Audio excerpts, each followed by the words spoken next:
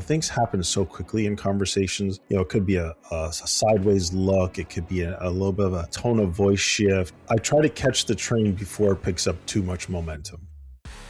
Welcome to the Dad Central Show, the podcast that helps overwhelmed dads conquer stress, build confidence, and become the father their family brags about.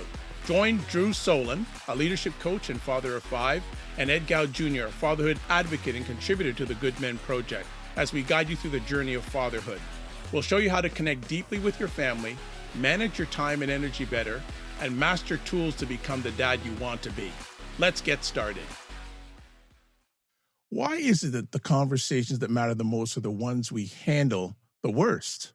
And what would change in your life? What change in your life could, if you could stay calm and actually be heard?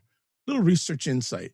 Studies in relationship psychology, like those from the Gottman Institute, which is amazing. The Gottman Institute, if you want to read any stuff about relationships, they are very good, show that 69% of conflicts in relationships are ongoing issues, meaning resolution isn't without winning. It's about managing conversations well. The way you communicate matters more than the outcome. So today on the Dad Central Show, we're going to be talking about how to have hard conversations without blowing up or shutting down. So as we get into everything today, and it's another interesting conversation, just want to say that you are watching or listening to Dad Central, a parenting podcast to reduce stress and build confidence in fatherhood. Our show is sponsored by Dove Men Plus Care. Dove Men Plus Care believes care is the best of a man because when men care for themselves and others, there is a positive impact. Drew, another interesting topic, but I think you want to share a little feedback before we get into it today. Yeah, thanks, Ed. Obviously, a very important conversation, one that I'm looking forward to, both to learn but also share. Yeah, I wanted to talk about our father leader community. So Dad Mentor, it's been around a couple of years, and it's where fathers come to grow, connect, and really improve themselves in terms of their fatherhood. But it's a safe space where you can connect and hear stories from other dads and share your challenges, but also get insights and tips and ways to move forward in positive, healthy ways. All things that we're trying to do with some of the resources that are available. But I thought this was, this is a member who's jumped into our new father leader community, and he unfortunately is struggling financially. But so he's came in, used the 30-day window to test it out, and here's what he said: "I've been inspired a lot.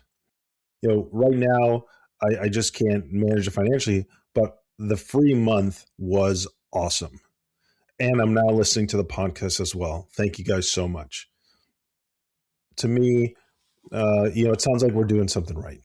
And while we know that there are limited resources available for dad, and we've tried to make the membership community very reasonably affordable, the reality is it's not always possible, but people are getting value no matter what. So I just thought it'd be good to share. Whoever's connecting with us, they're benefiting. Well, we appreciate that he's going to still stay in contact with us at some level, and we're always here for that person. So thank you so much for kicking it off like that, which leads me to this. We'd like to answer your questions about fatherhood during our show. So please email your questions to podcast@dadcentral.ca. All right, we're going to cover 3 areas today. We're going to talk about the 3-part framework. We're also going to talk about common pitfalls to avoid. Before that, real life application, then common pitfalls to avoid. So I'm sounding like I'm pitfalls trying to get words out today, but we're going to get through it. So let's talk first about the 3-part framework, if you wish. Yeah. Well, I mean, before we get to that, the reality is that I would say we had a recent situation in our family where there was a little bit of conflict, and it is an ongoing issue, and it didn't go so well. There were some not kind words said, and there were some things that happened that made it very challenging for me to navigate it and come towards a reasonable resolution. I'll leave it at that. I think what happens, though, and we saw it in the multiple people who were involved in this situation, a combination of strong emotional expression. You could call it anger, it could be yelling, could be overreactions. And then on the other side, this idea of shutting down, silence, avoidance, or withdrawal. Hopefully, well, I imagine anyone who's listening to this has experienced some form of a conversation or a situation where both of those polar opposites have been experienced. And you may experience them on a more regular basis. The point is, this is the situation that we're going to be talking about today. And we want to give fathers more of the tools to manage themselves so that you can navigate the conversation with, with people who may be doing either one of those two or anything in between, as well as for you, if you have a particular pattern, how can you shift the pattern to be less reactive and much more responsive? Because those are important skills in building healthier relationships, safer relationships, calmer, more collaborative interactions in the family and with anyone, really. So that's, to me, what I think we're looking forward to. And so if we're going to this 3-part framework, there's the 3 main elements are going to help you do just that. And number 1 is pausing before the reaction. Very hard to do, but it's literally step 1. Step 2 is learning to say what you feel without attacking the other person or making them out to be the bad person here or the problem. And the third is learning to stay curious and not getting into defensive mode. So we're going to walk through each of those in more depth, but those are the 3 off the beginning that is how things go, this 3-part framework. So Ed, let's go back and forth on this, because I know that you and I both have probably lived experience as well as our own as coaches. Never. I'm immune of this. I took my immunity shot for this. Well, good thing we got the master here then. No. But also as coaches, right? We've worked with and many people in various situations, and I'm sure that these types of scenarios come up. And how do we coach and work with people? So let's go back and forth on this. So for me, pausing before you react, it might sound simplistic, but when you're caught up in your emotions, it's hard. It's like the train that's already like out of the station and picked up momentum. It's hard to all of a sudden put the brakes on it, because that's really what we're saying. So I'm just saying this from the beginning, and I'd love to get your perspective is, how do you manage yourself in a way that helps you be able to pause when that train has already started picking up some momentum? What's been a tool that's been helpful for you or help the clients you've worked with? Well, I'm going to say a disclaimer. I'm not perfect at this, but one of the things I do is when something happens, I intentionally pause and get as much information as I can, because if I just put myself out there, I'm a lot of times acting on emotion instead of fact. And I haven't given myself time to process everything. Now, again, there are some situations you can't do that, but I think in a lot of situations, if we reflect, you know what, you can say, you know what, if I would have just taken a moment and just do that. And again, one of my go-tos again is from our Super Dad, Super Kids course, for dad's parenting course. What happened? Why did it happen? And what's the next best thing to do? And a lot of times it's that what happened is the challenging part, because people just want to, and again, we're all human beings and probably we've been raised to just react. But I found out during my journey, the times that I take that moment to pause and think it through, many times leads to more positive outcomes than if I just jump myself in there.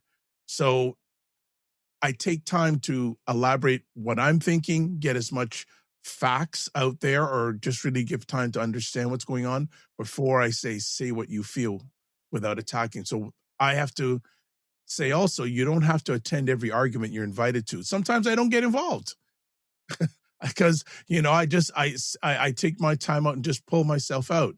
That's me, and everyone is different. Again, I'm not 100% perfect, but I'm a heck of a lot better than I was 10 years ago. And, a little side story. My dad was a teacher for 38 years in the same public school. And about 20 years ago, he says, son, you're such a good listener. I said, well, the way you raised me, I felt like a student, not your son, and I always was listening, so I couldn't get a word in. So I always did the processing first. So I hope that helps you a little bit in regards to a little side story and a little thought. Yeah, I appreciate that, Ed.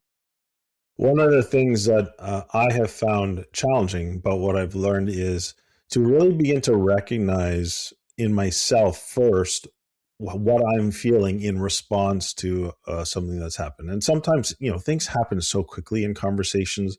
It could be a sideways look. It could be a little bit of a tone of voice shift, or, it could be a little more outright. And so what I've noticed is that I try to catch the train before it picks up too much momentum.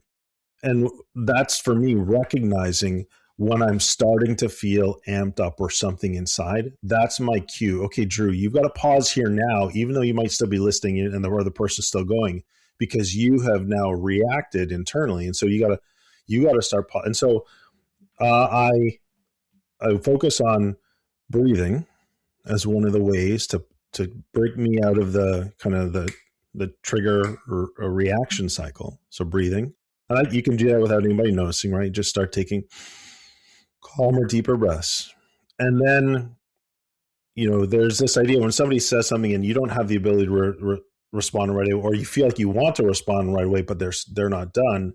There's this moment of there's like this toggle switch, like you're talking and then you're listening, and you toggle between the two.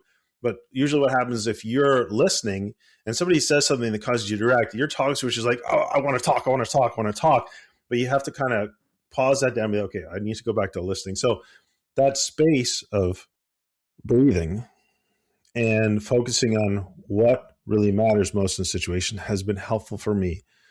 Now, this is why the next stage 2 of say what you feel without attacking is a great supplement to that. Because when you do, let's say, get an opportunity to then offer a response to what a person was saying, when you're able to say, when you said X, or when your tone of voice shifted to Y, I felt, and then you fill in the naming word, that is bringing something to the conversation that helps a person understand what happened in you. But you're not attacking, you're not blaming, you're not, basically, pointing out how they were wrong. What you're doing is you're bringing, let's say you're sitting at a table. What you're doing is you're now putting an offering out to the table.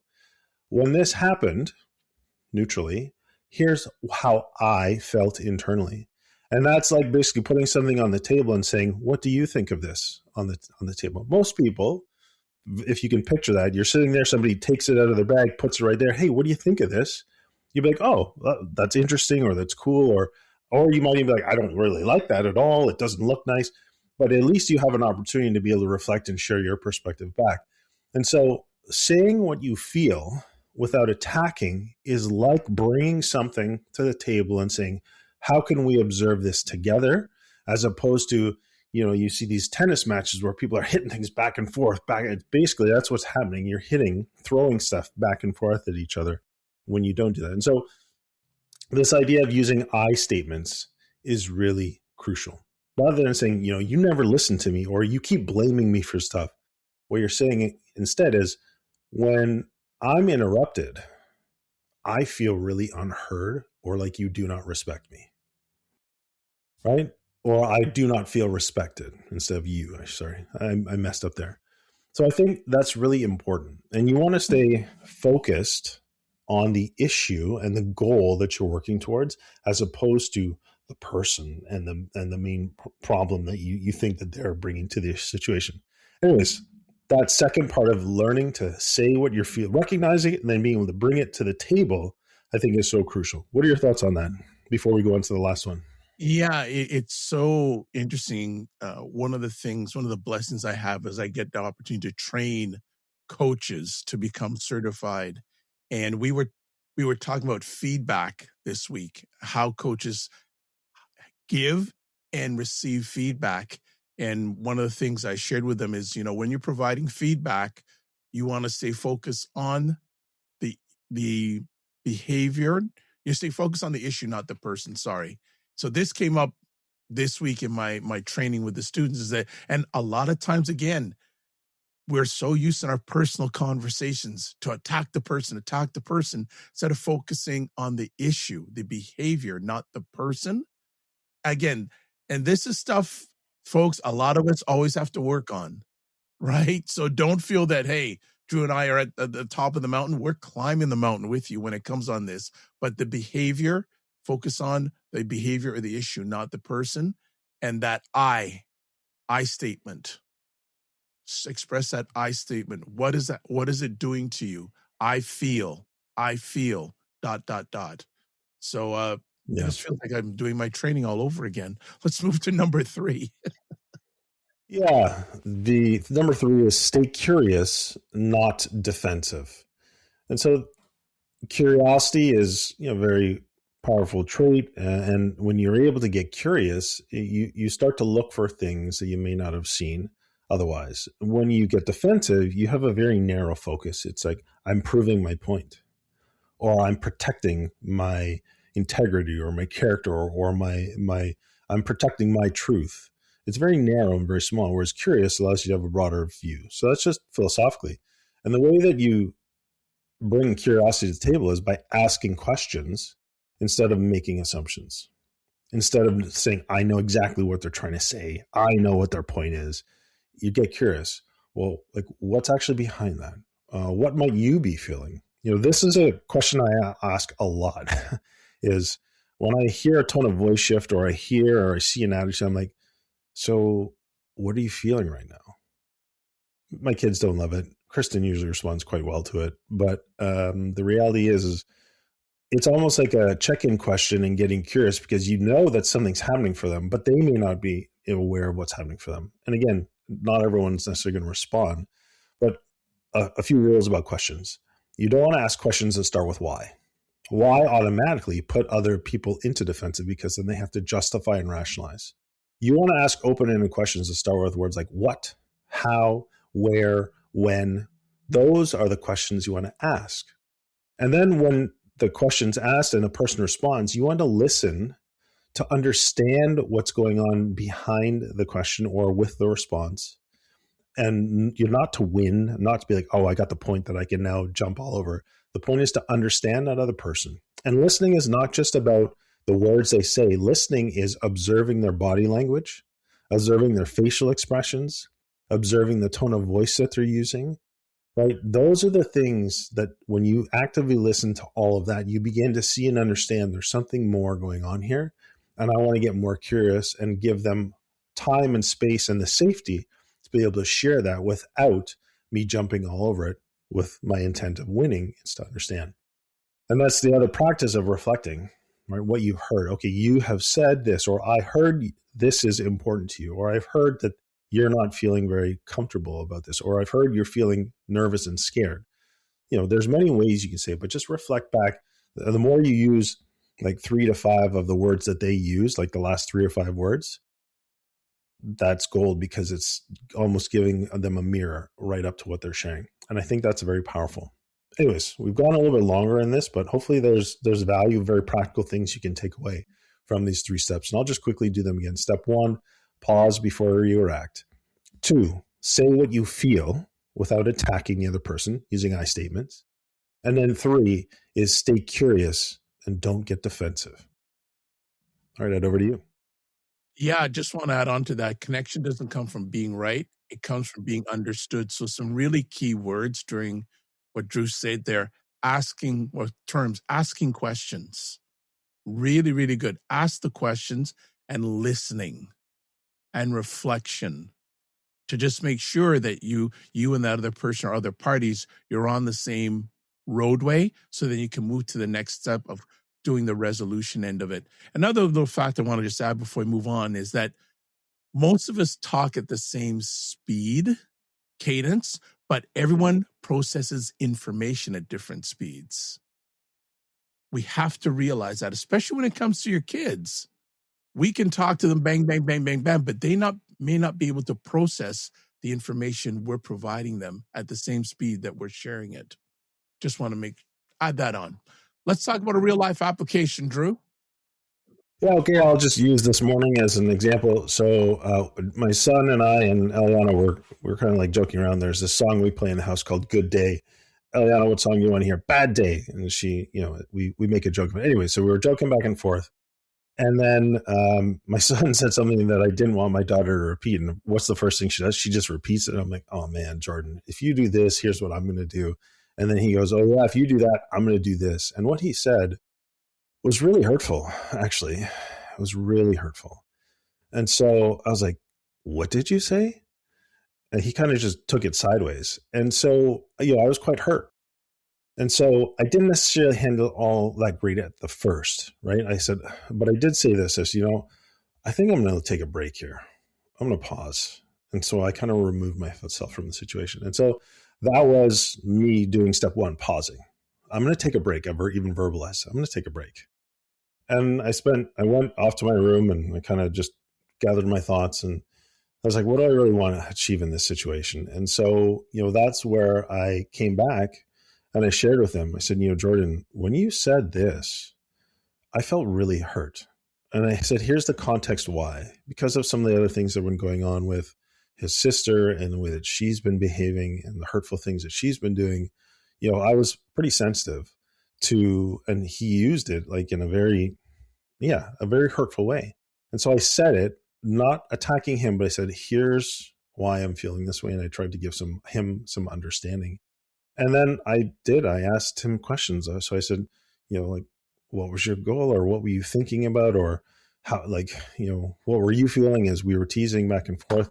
Unfortunately, he has a pattern that we really do need to work on of shutting down, right? He's the shut down, withdraw, not say anything. And so, while I tried to stay curious, it was pretty clear he couldn't actually engage at that point in time. So I just ultimately left it.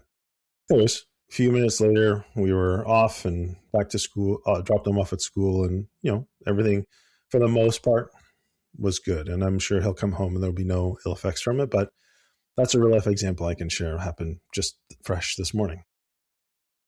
Just want to add on to what Drew said also that, we want to emphasize progress over perfection. Progress over perfection is the key. And let's wrap it up, Drew, with common pitfalls to avoid. I think so. It's a little wrap up.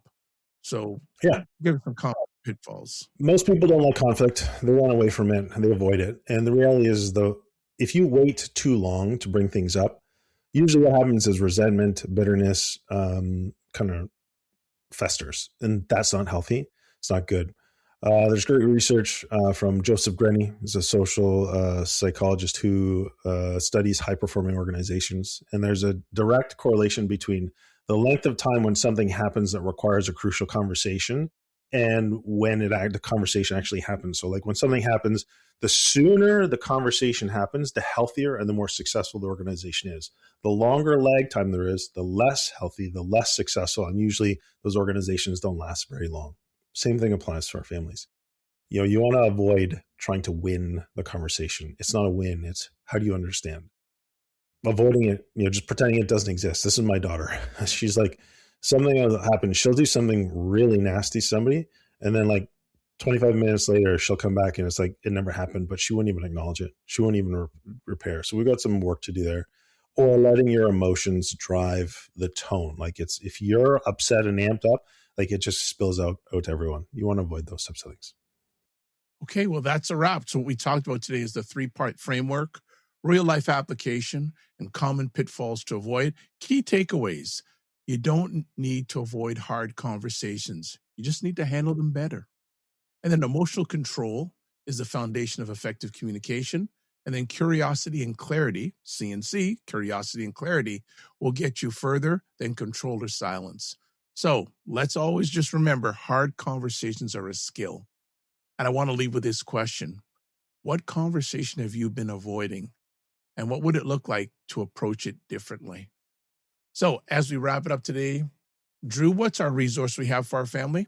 Well, I believe as this podcast goes live, the Connected Dad course is going to be live. The Connected Dad course is something that I've created built off of the years of working with Dad Central, the years of working with dads, and the years of doing my own work. John Maxwell's foundational. And so this course is extremely powerful in supporting fathers in growing and becoming much more calm, connected, and confident. So you want to become more effective as a communicator. Guess what? Stage 3 in this 5-stage course is all about connection. So anyways, more to come on that, but check out the Connect Dad course. It's a great resource. Right. That's fantastic. So I want to say, as always, thank you for taking the most valuable thing, your time, to hang out with us today. And as always, don't just manage your time, manage your energy. Remember to give yourself grace, and we'll see you soon. Be well and keep the faith.